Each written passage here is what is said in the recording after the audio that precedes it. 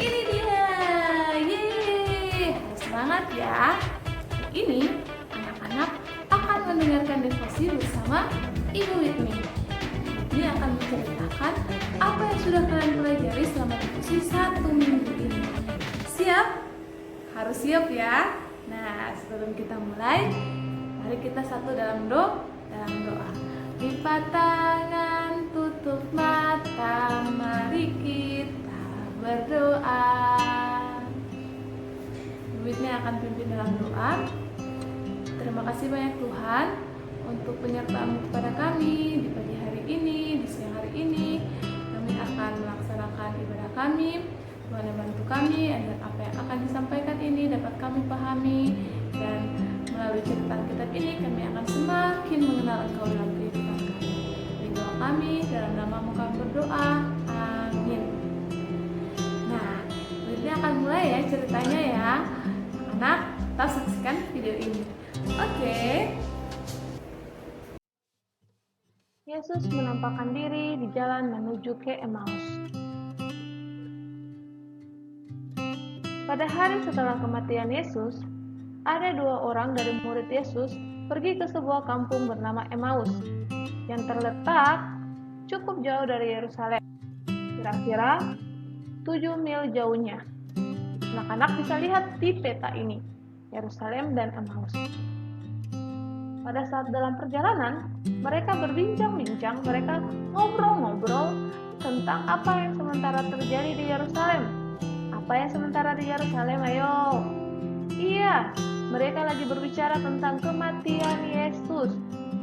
Sedang asik-asiknya ngobrol, tiba-tiba muncul seseorang dari belakang mereka. Mereka tidak mengenali siapa orang itu. Lalu, orang itu bertanya kepada mereka, "Apakah yang sementara engkau bicarakan?" Lalu, mereka menjawab, "Apakah hanya engkau yang tidak tahu apa yang sementara terjadi di Yerusalem?" Nah, kedua murid Yesus ini tidak menyadari anak-anak kalau ternyata yang bertemu dengan mereka itu adalah Yesus. Mata mereka ditutup sehingga mereka tidak tahu bahwa itu adalah Yesus. Lalu, Yesus bertanya lagi kepada mereka, "Memangnya apa yang sementara terjadi?" Dengan wajah yang sedih, murid-muridnya bercerita tentang apa yang sementara terjadi di Yerusalem. Mereka mengatakan, "Apakah engkau mengenal Yesus itu? Yesus itu adalah seorang nabi yang sangat luar biasa. Apa yang dia perbuat adalah baik di hadapan Allah. Tetapi banyak orang-orang yang tidak suka terhadap dia. Banyak ahli Taurat dan imam-imam besar yang membencinya, sehingga meminta dia untuk dihukum mati. Padahal kami berharap sekali bahwa Yesus itu adalah penyelamat kami. Dia yang akan datang untuk membantu kami bebas dari segala yang ada di bumi ini." Lalu kata Yesus kepada mereka, "Hai kamu orang bodoh, apakah kamu tidak tahu apa yang telah kukatakan, bahwa Sang Mesias akan datang untuk menderita, dan itu akan membuat dia menang atas maut?" Lalu dalam perjalanannya, Yesus berbicara tentang kitab suci. Dia mengajar 2 muridnya, dia mengatakan seluruh Alkitab, bercerita tentang kitab-kitab Musa, berbicara tentang segala hal, sehingga membuat 2 muridnya menjadi sangat kagum dan takjub. Dalam perjalanan, semakin lama semakin mendekati Emmaus. Nah, hari sudah mulai gelap, tapi Yesus ingin tetap melanjutkan perjalanan. Nah, 2 orang murid ini tidak ingin membiarkan Yesus berjalan sendirian malam-malam. Jadi mereka kasih tahu, "Silakan kamu menginap saja di tempat kami. Nanti besok baru kamu melanjutkan perjalanan kamu." Nah, akhirnya karena Yesus dipaksa oleh murid-muridnya untuk nginap, Yesus pun menginap di tempat mereka. Nah, pada saat di tempat mereka, Yesus berbicara dengan mereka, makan bersama-sama mereka, dan memecah-mecahkan roti. Pada saat Yesus memecah-mecahkan roti, terbukalah mata mereka. Yang tadinya mereka tidak kenal bahwa dia Yesus, mereka jadi tahu bahwa ternyata yang dari tadi berjalan bersama mereka itu adalah Yesus. Mereka pun menjadi sangat gembira pada saat Yesus mulai menceritakan tentang kitab suci terhadap mereka. Lalu setelah itu mereka pun bangun dan kembali melanjutkan perjalanan menuju ke Yerusalem. Pada saat mereka berjalan kembali ke Yerusalem dari Emmaus, ke-11 murid Yesus sedang berkumpul. Pada saat mereka berkumpul, mereka sementara berbincang-bincang tentang apa yang sementara terjadi tentang kematian Yesus. Lalu 2 orang tadi itu datang dan membawa kabar sukacita, mengatakan bahwa iya, benar, Yesus itu telah bangkit. Kami sendiri melihatnya. Dia memecah-mecahkan roti kepada kami dan membicarakan tentang firman Tuhan kepada kami.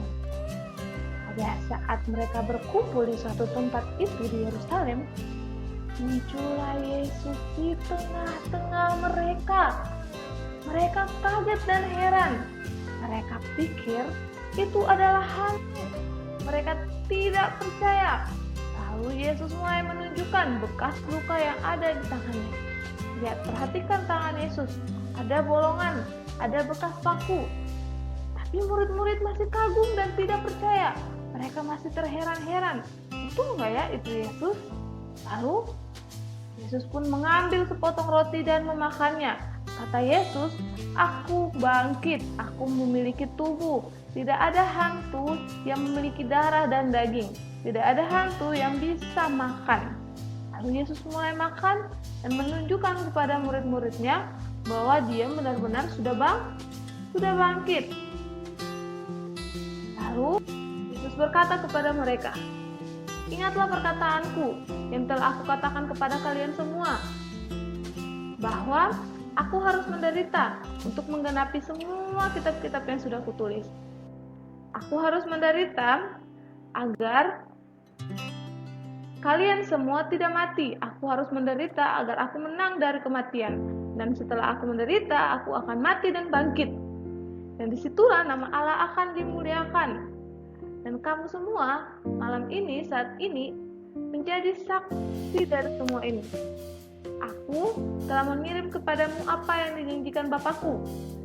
Tetapi kamu harus tinggal di dalam kota ini sampai kamu diperlengkapi dengan kekuasaan dan dari tempat tinggi." Jadi Tuhan Yesus menjanjikan sebuah roh penghibur. Siapa roh penghibur itu? Itu adalah Roh Kudus. Tuhan Yesus mengatakan bahwa tidak perlu takut. Aku telah bangkit.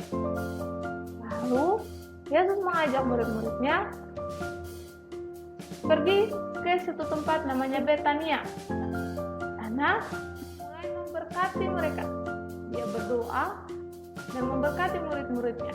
Lalu mereka sujud menyembah dia. Dan setelah itu Yesus mulai naik ke surga. Dengan takjub murid-muridnya tidak percaya. Pelan-pelan Yesus mulai terangkat menuju ke surga. Jadi Tuhan Yesus datang ke bumi untuk menderita dan bangkit anak-anak.